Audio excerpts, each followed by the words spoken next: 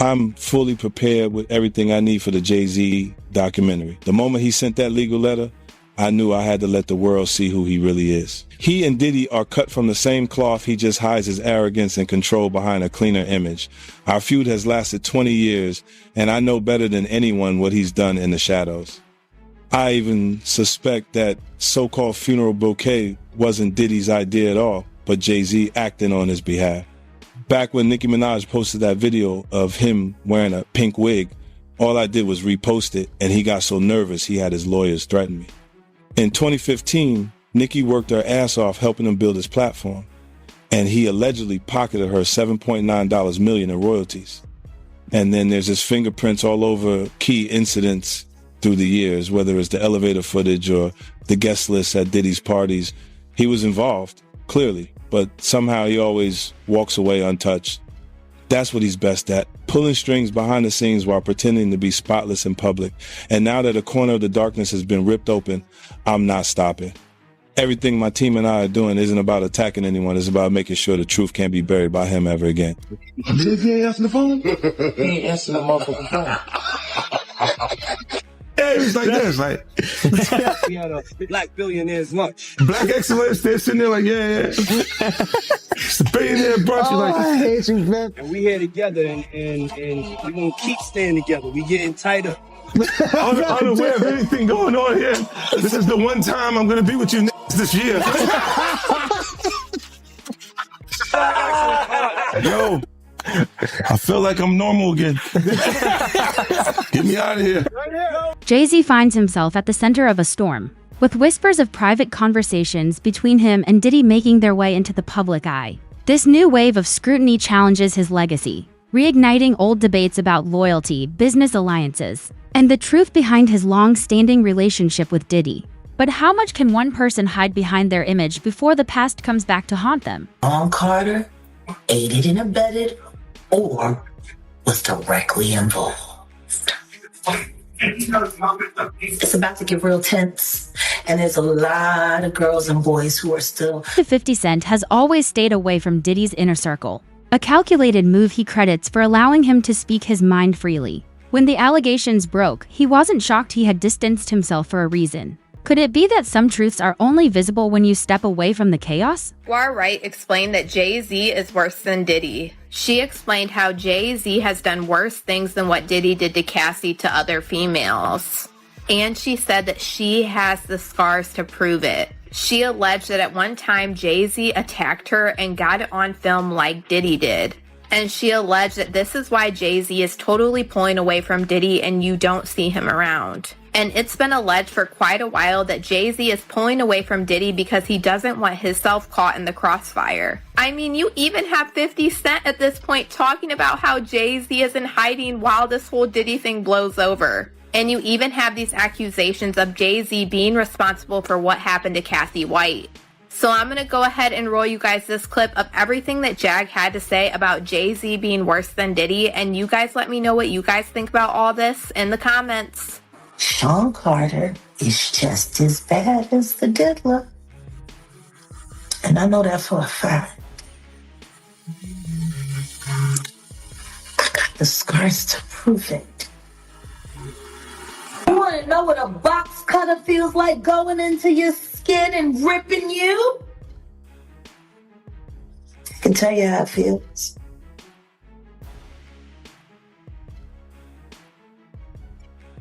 Y'all ain't seen shit yet. That Cassie shit, that's nothing. So I'm saying Sean Carter remembers everything he did to me and he's got it on tape.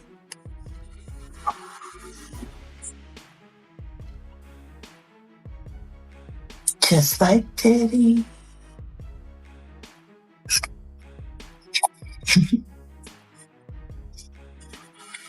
And they're gonna be crazy.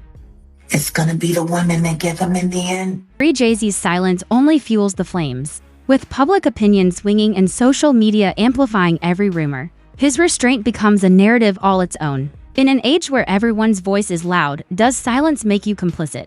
Or does it reveal your true strategy? What Jay-Z's accuser is saying, that even though she dropped the lawsuit, she still stands by what she says, and she only dropped it because of harassment and the fact that she's terrified of Jay-Z. She says that Jay-Z is allegedly bullying her into saying that her accusations were false. In fact, in new legal documents, she is claiming that she was recently approached outside of her home and cornered by two people who told her they were investigators working for one of Jay-Z's lawyers. She claims they tried to get her to sign an affidavit stating that her art claims against Jay-Z were false, but she refused. Jane Doe also claims the alleged investigators asked her if her attorney, Tony Busby, sought her out as a client and offered her money to pursue false claims against Jay-Z, two allegations she says she denied. He says this alleged confrontation left her intimidated and terrified, wondering how they found her when her identity had remained anonymous in media reports and legal proceedings. He also claims that her parents were approached by two investigators asking similar questions about Busby and her R story. In the new documents, she reveals she decided to drop the claim because she was frightened by the reaction from Jay-Z and his supporters. He says she feared she would be publicly outed and subjected to public. 50 Cent's documentary doesn't just focus on Diddy, it opens a wider lens on power dynamics in the industry. As speculation about Diddy's influence swirls, more names come under fire, with Jay-Z's being one of the most scrutinized. How much power is too much when the spotlight starts turning on your circle? But the only thing I'm interested in him talking about is everything he knows about Kathy Coriana White. See, I know you know what happened to Corey. Diddy, I know that. You and Jay-Z. Down in Vegas at Tao with Claudia. Why don't you just talk about Kathy? That might help. That might help a lot. Kathy Coriana White, Jay-Z's pregnant mistress, who died 24 hours after she announced that she was going public with their relationship and the baby. While he was married to Beyonce.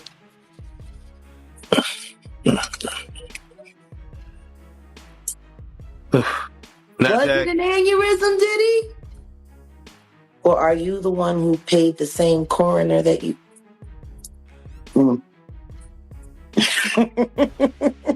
With the documentary's release, the heat is on. Jay-Z's history with Diddy makes it harder for him to distance himself from the controversy. Can he truly separate himself from a past that's been intertwined with one of the most powerful figures in hip-hop? It was Diddy and Jay-Z. They was close enough that they wasn't playing basketball, they wasn't playing baseball, they wasn't playing football, and they wasn't playing hockey or soccer for Diddy to come on stage, pat him on his ass, and then make the statement to people in the world that can't nobody call me Sean but Jay-Z. Now, I don't know what kind of statement, and I can't say, I wish I could say half a homo, but I know I can't say it, but I don't know what kind of half a homo that is. And you trying to say that you're not close to somebody. You coming on stage, patting them on their ass, and then you making a broad statement to the public, can't nobody call me Sean but Sean Carter. And I heard Jay-Z said the same thing about them. But they were so close that they had matching white girls together. Because when they used to see each other, they used to say, yo, how your skinny white girl doing? He'd be like, yo, how your skinny white girl doing? So I guess that's a certain type of closeness. I ain't know anything about that, man. I ain't know about, Jay touching his, ass. So I got to go see the video. I ain't hear about that. Come on, man. Everybody's seen that. 50 even pointed it out. Excuse me. When they was in ATL on stage. Remember when 50 bum rushed the stage with them? Yeah, I think I recall that.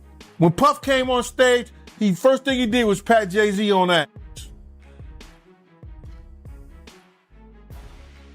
But I forgot. That's your favorite rapper. Hey, him and Pac is 1A, 1B. But what's your issue with Jay, man? I didn't know you had an issue with him. I'm never a fan of somebody that Gene Deal's recollection of the Atlanta stage moment speaks volumes. Jay-Z's effortless rapport with Diddy suggests a deeper connection, one that contradicts claims of distance. Can a bond built on shared history ever truly be untangled when it's so publicly visible? kids, these guys are, man. They'll cause situations and cause problems, and then they'll forget what they've done because they're on a whole nother atmosphere. You know what I'm saying? A lot of shit that he did, you got to understand, you know, like now he'll say that they're kids because he's raising kids of his own. You understand? But how would you like it that if Blue Ivory, 15, 16 years old, 17, 18 years old, dating a nigga in his early 30s? You're not going to go for that. No matter what she came through in Hollywood. But you got to understand, guys who was around there, we didn't know Jay-Z them ages. We didn't know these cats' age. You know what I'm saying? They wasn't having no beards and nothing like that. They was wearing low cuts. You understand? Clean face. I would have never believed when Jay was coming around the block, scooping up the young girls and stuff like that he was 30 years old. You know, if they 17, 18, 16 years old and they 22, you thinking they 22, 23, something like that, 24 years old? They mama and them need to check them. They daddy and them need to check them. But that's not that far off. But for somebody to be 30 years old in their 30s and they dealing with kids 16 years old, 17, 18 years, now that's a problem. That's an issue. And now he see that because he's raising kids. And he got a young daughter. I think he got another daughter that he didn't claim, and now he claiming them. These cats was doing a whole lot of stuff that people in the industry won't speak on. And then now that you're speaking on it and it's becoming where is that you can get on YouTube and you could talk about this shit and say what you seen or say what you heard, you understand, or what you know. Some people look at it being a problem. But these cats ain't street cats. Even Dame Dash's surprise at Jay-Z's current scrutiny highlights the shift in public perception. Once untouchable, Jay-Z is now feeling the weight of questions and doubts. Does anyone, no matter their influence, truly escape the consequences of their actions when the public demands answers? To see him in that, in that way, getting looked at in that way by white people, like Jay does, yeah, like I hope that shit didn't happen, but I'm like, damn, they turned the world real. Like people on a certain level have been fucking with him a certain way where he couldn't do no wrong for like 25 years straight. This is the first time he's not getting a pass with white media, like he can control black media because a lot of them either work or do business with him, but like, Drink Champs can't get him out of this one, and neither can Charlemagne, because those are the guys that hold him down no matter what he do anyway. So he got to get to People Magazine and Entertainment Tonight right now because they on his head. But the question is why? Like why now? Because for me, I'd be like, yo, that's so ridiculous. Yo, take that to trial. She's not going to win. Let's get a deposition or something. So I don't know why they on his head so much, pause. But I never seen him, under this, I never seen him in this position to have to explain himself. Pause. How you feel about the statement he came out with? I mean, I didn't hear him say anything. I heard a piece of, like I said, I'm doing an interview, so I talk. I thought it was long. For a statement, I thought it was long, pause. But, I think right now, his silence is the worst thing for him. If he is innocent, he needs to let people ask him questions, and he needs to be able to say his side of the story. For the first time, Dame sees Jay-Z vulnerable, no longer the untouchable mogul. The intensity of the current scrutiny is a rare, uncharted territory. What does it take for a figure like Jay-Z, once invincible, to face the harsh realities of public exposure? Like I don't think I would have said that he didn't know Puff at all or wasn't his friend. I thought that was a little extreme. I thought that was the wrong choice of words. I think that's going to trigger a lot of backlash. But the thing is, I never seen him get backlash at all. So that's what I'm saying. Now he getting backlash. Like, when do you know Jay-Z to be on his heels other than when he got beat up in the elevator? But that was nothing. But I've never seen him under the fire ever. Not in a long time. Not like, I've never seen people on his head like that before. Ever. Yeah, this might be my first time seeing people come at him like this. Like I said, I didn't hear him say anything.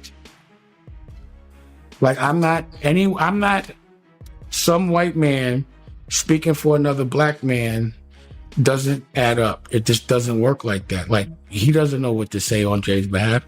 Jay would have to say that. So if he instructed him to say that, like, you don't even know if Jay told him to say that. He could have got off the stage and they was like, why'd you say that? He was like, I had to. You know, like, he probably said it because homeboy wouldn't. You know what I'm saying? So who knows? Like, I didn't hear him say anything. I haven't heard Jay say a word yet. Have you? Nah, I haven't heard him say anything. There it is. So y'all going by a piece of paper with words? Don't get caught up in that. I have not heard him say one thing yet. You know? Until I see him speak, he hasn't spoke to me. That's why I said I don't think he did not say that. His lawyer said it. So what else is a lawyer going to do? Tony Yayo's take on Jay-Z's and 50 Cent's different pots underscores the tension between them. Jay-Z's distance from hip-hop's grassroots in favor of corporate alliances sets him apart from 50's loyal following. Does loyalty have a price, and can success ever truly separate you from the culture that made you? There's one part where 50 was talking, and he was saying, yeah, when Yayo was locked up, every G Unit show, we actually put aside the money. Bro, I told for him, you, and he had he's like, Yayo had like $1 million. Right. I just told you, when I came out of my building, I see the Statue of Liberty. Yeah. There was no way I was getting shot there. And this is what I kind of tell you is like, when we was talking about stacks with the Porsche, 50's not going to let you say, get the Porsche. He going to say, let's get him out the hood first. You know, if the money's there, but the money has to be there for you to live like that. The money's there. 50 didn't have to do that. Rest in peace to Hervé from Interscope, because he always said to me, man, 50 do more for you than any artist, than anybody does for their artists, more than Jay-Z's relationship with Diddy begins to unravel.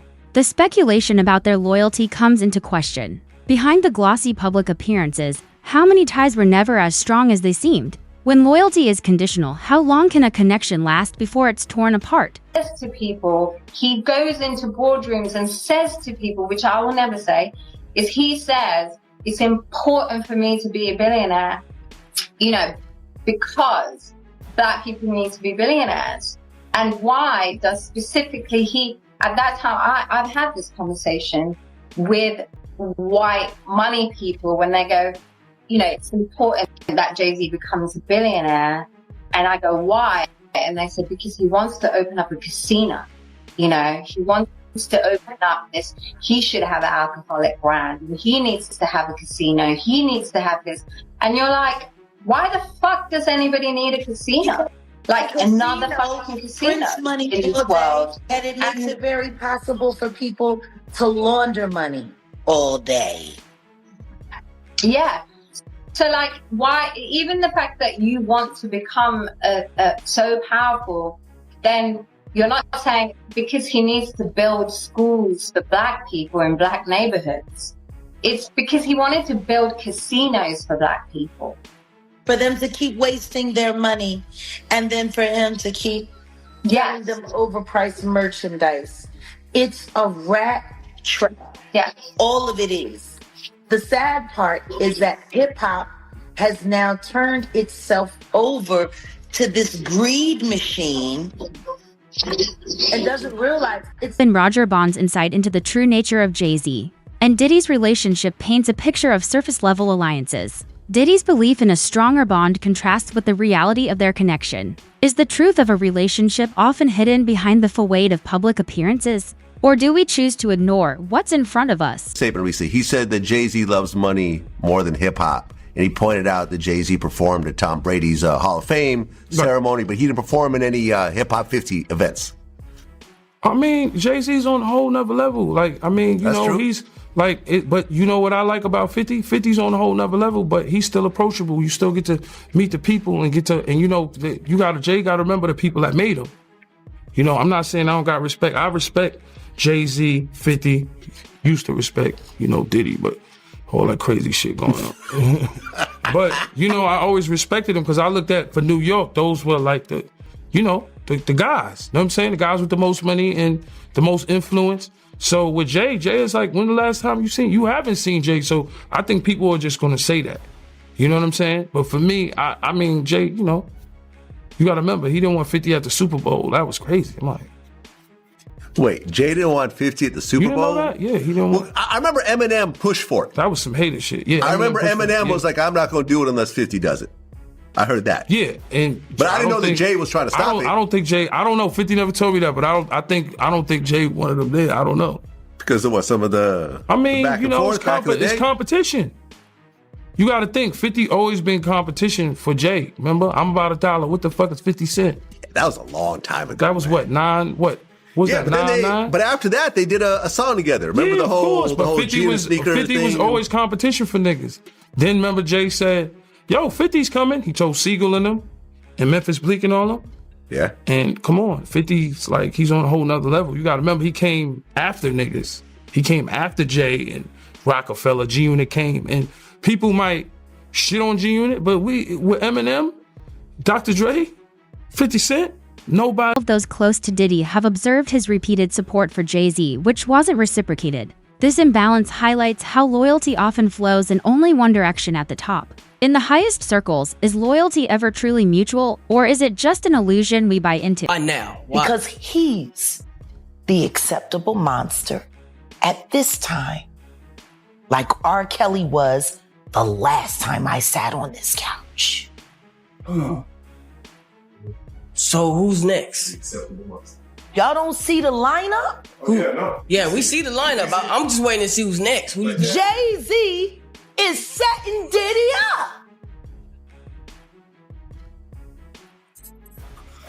Why is everyone having such a hard time? He ain't doing shit different. He lined up D. Haven, stole his life and identity. He lined up Big L, stole his life and identity. He lined up Dame Dash, stole his life, identity, and took his love. Lined up R. Kelly. He wants to be the one. Yeah, shout out D. Haven. He actually hit us up, wanted to tell this story. You need to talk to D. Haven. Yeah, we need to talk to him. I told you that last year when I put you on the... Over time, the cracks between Jay-Z and Diddy became impossible to ignore. Despite their shared influence, their bond was never as unbreakable as it appeared. In the end, do alliances in the public eye fade when the pressure of personal loyalty outweighs the benefits of power?